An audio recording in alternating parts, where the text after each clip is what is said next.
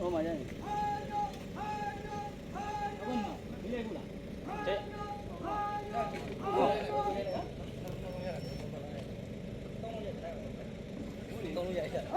Vui vui nào?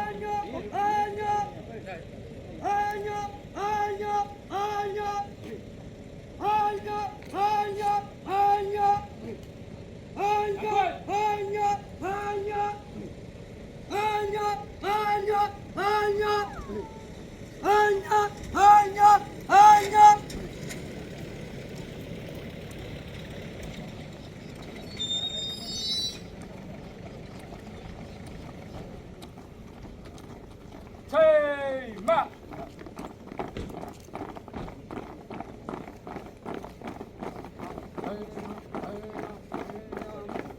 Tena ja! Tena tapperu. Bell! Le!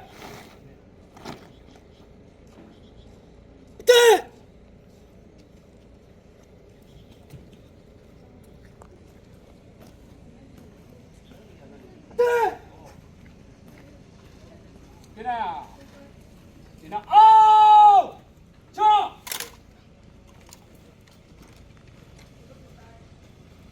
Tena! Kara ya! Yi!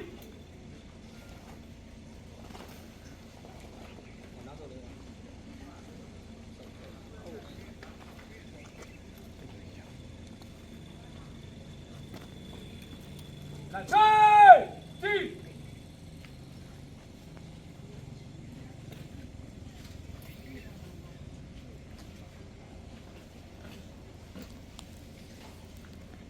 Tena! Tena! Ta!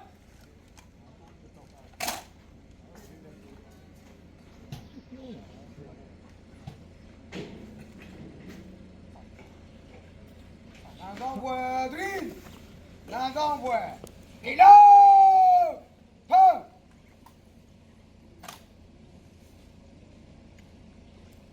Tena! Naiga no la a! Lay! Do!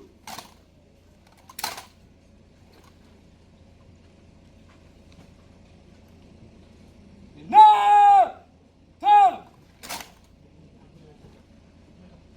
Cha song le bi do! Ta bi do taw ya ni! Ta pho wen ya! Lay! Do!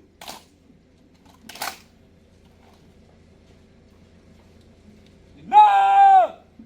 Ta! Tena! Tena oh! Cha!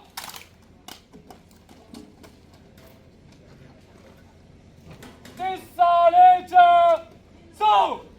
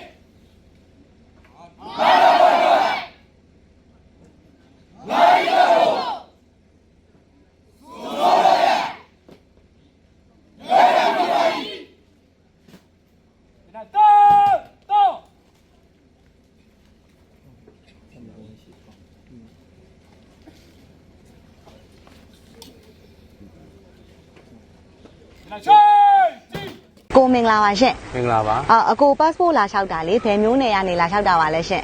ကိုတော်ပွေမြို့နေရလားရှောက်တာပါ ဟုတ်ကဲ့အကို passport လာလျှောက်တဲ့ရည်ရွယ်ချက်လေးရောသိရမလားရှင် အကိုအလဲများသွားခြင်းသွားအောင်လို့ပါ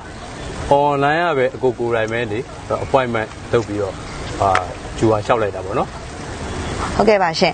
်အခုလိုမျိုးအကို passport လာလျှောက်တဲ့နေရာမှာပေါ့နော်အကိုအနေနဲ့ဘယ်လိုစာရွက်စာတမ်းလေးပြင်ဆင်လာရတာမျိုးရှိလဲရှင် စာရွက်ကတော့ပေါ့သူတို့ပေးတဲ့ဂျူဟာရဲ့နောက်တစ်ခါမှတ်ပုံတင်သကောင်စင်းနောက်တစ်ခါအကိုတို့ကတက်တန်းတိုးရဆိုလေဟိုဟာဖြစ်တာပေါ့နော် passport ဟောင်းအဲ့ဒါမျိုးတွေပေါ့အဲ့ဒါရဲ့ original ရဲ့သူတို့ရဲ့မိတ်တူနှစ်ဆောင်စီရယ်ပေါ့နော်အဲ့ဒါလေးအကိုယူလာရပါတယ် အခုအကိုဒီ passport လာလုပ်တဲ့နေရာမှာပေါ့နော် smart card UID ပေါ့အဲ့လိုမျိုးယူလာရမျိုးရှိတယ်ပေါ့နော်ဆိုတော့ဒီ smart card UID ကိုရောအကိုဘယ်မျိုးနဲ့မှာပြုလုပ်ခဲ့တာလဲရှင် အကိုတောင်မွေမြို့နေပါပဲလောက်တာပါအဲ့လက်ထောက်ဦးစီးမှုပဲအကိုဟိုသူပဲဟိုတေချာလေးလုပ်ပေးလိုက်ပါတယ် ဟုတ်ကဲ့ပါရှင်ဟုတ်ကဲ့ပါရှင်အခုပေါ့နော်ဒီအကို passport အခုရုံးမှာလူဝင်မှုကြီးတဲ့ကောင်တာမှာအကိုကိုစာရွက်စာတမ်းနေစစ်ဆေးပြီးတဲ့အခါမှာတခြားဘာလေးတွေများချက်လုပ်ရတာမျိုးရှိသေးလဲရှင် အကိုလူဝင်မှုကြီးတဲ့ကောင်လာပြီးတော့နောက်သူဓာတ်ပုံရိုက်ဖို့အတွက်စာရွက်စာတမ်းတွေတခုထုတ်ပေးတယ်ဓာတ်ပုံရိုက်ဖို့အတွက်ပေါ့နော်ဓာတ်ပုံရိုက်တဲ့အဆင့်ပေါ့နော်ဓာတ်ပုံရိုက်တဲ့အဆင့်ရောက်ပါတယ် ဟုတ်ကဲ့ပါရှင်တခြားတော့နောက်ဒီအကိုရေးချက်လက်ရေးသွင်းတဲ့ကောင်တာမှာရောတခြားပေးရတဲ့စာရွက်စာတမ်းတွေဖြည့်ရတဲ့အချက်လက်တွေရောရှိသေးလားရှင် တခြားစာရွက်စာတမ်းအကိုယူလာတဲ့ဟာတွေပြည့်စုံပါတယ်ဒါပေမဲ့အဲ့မှာကျတော့လက်ပွေနှိပ်တာတို့လက်မလက်ပွေတို့လက်ဒီကြောင်လက်ပွေတို့ပေါ့နော်နောက်တစ်ခါမျက်လုံးကြည့်တာတို့အဲ့ဒါလေးထပ်ပြီးလုပ်ရပါတယ် ဆိုတော့ဒီ slip နဲ့အကိုဒီနေ့လာတဲ့ရက်နဲ့ဆိုရင်ရောဘယ်နှစ်ရက်လောက်ခွာပြီးတော့ချိန်တာမျိုးရှိလဲရှင် 10ရက်ပါပဲမြန်ပါတယ် မှန်ပါရှင်မှန်ပါ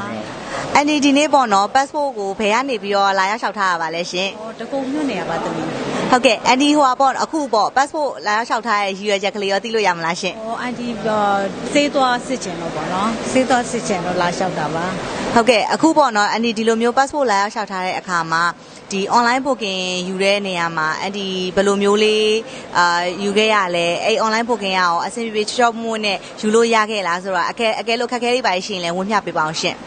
online booking အန်တီတားလေးလျှောက်ပေးတာပေါ့တားအကြီးလေးပေါ့နော်သူကွန်ပျူတာနဲ့လျှောက်လိုက်တယ်လျှောက်ပြီးတော့အန်တီတို့အချက်လက်တွေသူထည့်ပေးလိုက်တယ်ထည့်ပေးပြီးတော့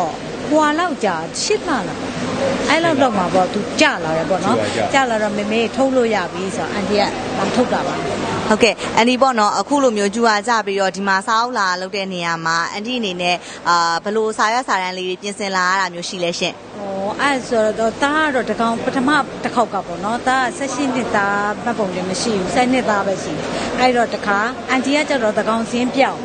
အဲ့တော့အန်တီတို့ဟို3ပတ်အချိန်ပေးတယ်ပေါ့အဲ့နဲ့အန်တီတို့ကလာဝကရုံမှာတား7နှစ်သားမှတ်ပုံတွေကနေ16နှစ်သားကိုပြန်လျှောက်လိုက်တယ်အန်တီကတကောင်စင်းလျှောက်လိုက်တော့အခုရပါပြီရတော့ဒီနေ့လာလျှောက်တာ ဟုတ်ကဲ့ပါရှင်တခြားရောအန်ဒီဒီလိုမျိုးလျှောက်ထားတဲ့နေရာမှာအခက်အခဲတစ်စုံတစ်ရာရှိတာမျိုးရောရှိသေးလားရှင် အဆင်ပြေပါတယ် ဟုတ်ကဲ့ပါအခုလိုမျိုးပေါ့နော်အန်ဒီလိုမျိုးနောက်ထပ် passport လာရောက်လျှောက်ထားမဲ့လူတွေအတွက်အန်ဒီအနေနဲ့ဘာလေးတွေအကြံပြုပေးချင်တာဝင်ပြပေးချင်တာရှိသေးလဲရှင် passport ကိုလာလျှောက်ကြပါနိုင်ငံခြားထွက်တာပဲဖြစ်ဖြစ်စေးသွားကူတာပဲဖြစ်ဖြစ် passport ရုံကနေပြအကုန်လုံးအဆင်ပြေအောင်ဆောင်ရွက်ပေးပါတယ်လို့ပြောချင်ပါတယ် ဟုတ်ကဲ့ပါအခုလိုမျိုးဖြေဆိုပေးရတဲ့အတွက်ကျေးဇူးတင်ပါတယ်ရှင် ကျေးဇူးအများကြီးတင်ပါတယ်ရှင် မင်္ဂလာပါရှင် passport ကိုလေဘယ်ကနေလာလျှောက်တာလဲ ရန်ကုန်ကပဲရှောက်တာပါအဲ့ပါလေအန်တီကကျမ်းမာရေးအတွက်ပေါ့နော်အဲ့ပါထိုင်းနိုင်ငံဘန်ကမ်းမြို့သွားပြီးတော့အန်တီဆေးဆက်ပြီးတော့ကုဖို့ပေါ့နော်အဲ့ဒါကြောင့်မလို့အန်တီလာလျှောက်တာပါ ဟုတ်ကဲ့ပါအခုလိုမျိုးလေ green channel နဲ့လျှောက်လို့ရတယ်ဆိုတာကိုအမြန်လျှောက်လို့ရတယ်ဆိုတာကိုလေဘယ်ကနေပြီးတော့သိပြီးတော့လာလျှောက်တာပါလဲရှင် အသမီးရဲ့အန်တီဒီရုံးမှာပဲလာပြီးတော့ပေါ့နော်မေးမြန်းစုံစမ်းပြီးတော့မှအန်တီလျှောက်လိုက်တာပါစာရွက်စာတမ်းတော့သမီးရဲ့အန်တီဆေးရုံတက်တဲ့လက်မှတ်ပေါ့နော်ပြီးတော့အန်တီခံစားနေရတဲ့ဘာယောဂါဆိုတဲ့ဥစ္စာရဲ့ပြီးတော့အန်တီကိုဆေးကုပေးခဲ့တဲ့နော်ဆရာဝန်မကြီးရဲ့ recommendation ပေါ့သူရဲ့မှတ်ချက်စကားပါတယ်ပြီးလို့ရှိရင်အန်တီကဘန်ကောက်ကိုဆေးသွားကုမှဖြစ်တဲ့အတွက်ကြောင့်မလို့ဘန်ကောက်ဆေးရုံကနေပြီးတော့အန်တီကိုပေါ့နော်အဲ့ဒီဆေးစာလက်မှတ်သူတို့ရှိမှလာကုမဲ့အကြောင်းဆေးစာပဲပါတယ်ပြီးတော့ထုံးစံတိုင်းပဲအန်တီရဲ့မှတ်ပုံတင်တို့တကောင်စရင်တို့ပြီးတဲ့ခါကျတော့ smart card တို့ပြီးတော့အန်တီရဲ့ passport အဟောင်းတို့ပြီးတော့အဲဒီဆေးကုသတဲ့ခုနပြောထားတဲ့ဆေးကုသထားတဲ့ဟိုဟာအကုန်လုံးပေါ့နော်စာရွက်စာတမ်းတွေအကုန်လုံးနဲ့အန်တီလျှောက်ပါတယ် နေပြည်တော်ကိုလျှောက်တာပါပြီးလာပြီးတော့ပေါ့နော်ဒီ passport ရုံးကို anti green channel ကနေပြီးတော့ anti ဆက်လျှောက်လို့ရပါပြီဆိုတဲ့အကြောင်းကိုသူတို့ဖုန်းဆက်ပေးပါတယ်နေပြည်တော်ကနေဖုန်းဆက်ပေးတာပါ အန်ဒီစီကိုပေါ့နော် passport လုပ်လို့ရပြီဆိုတော့အကြောင်းကြားတာလေအန်ဒီစာရွက်ပို့ပြီးတော့ဘယ်နှစ်ရက်အတွင်းလောက်များအကြောင်းကြားရပါလဲ သမီးတစ်ပတ်အတွင်းမှာတပတ်အတွင်းပေါ့9ရက်အတွင်းမဲ့အကြောင်းကြားပါတယ်။အော်သမီးအခက်အခဲကတော့ဘာမှမရှိဘူး။အရန်ကိုတရားရှိတဲ့ဝန်ထမ်းတွေကလေအန်တီတို့ကိုကူညီကြရတယ်ပေါ့နော်။နောက်လိုတဲ့ဥစ္စာလေးကိုလည်းညွှန်ပြီးတော့ပြောပြကြတယ်။ဘာလို့ရမလဲဘယ်ဌာနကိုသွားရမလဲအစရှိသဖြင့်ပေါ့နော်။အားလုံးအကူအညီပေးတဲ့အတွက်အန်တီမြန်မြန်ဆန်ဆန်နဲ့လွယ်လွယ်ကူကူနဲ့ချောချောမွေ့မွေ့ပြီးသွားပါပြီ။ ဟုတ်ကဲ့ပါရှင်အန်ဒီဒါဆိုလို့ရှိရင်အန်ဒီအနေနဲ့ပေါ့နော်တခြားအန်ဒီလိုမျိုးအရေးပေါ်ဒီ green channel နဲ့ passport လျှောက်ဖို့လိုအပ်တဲ့လူတွေအတွက်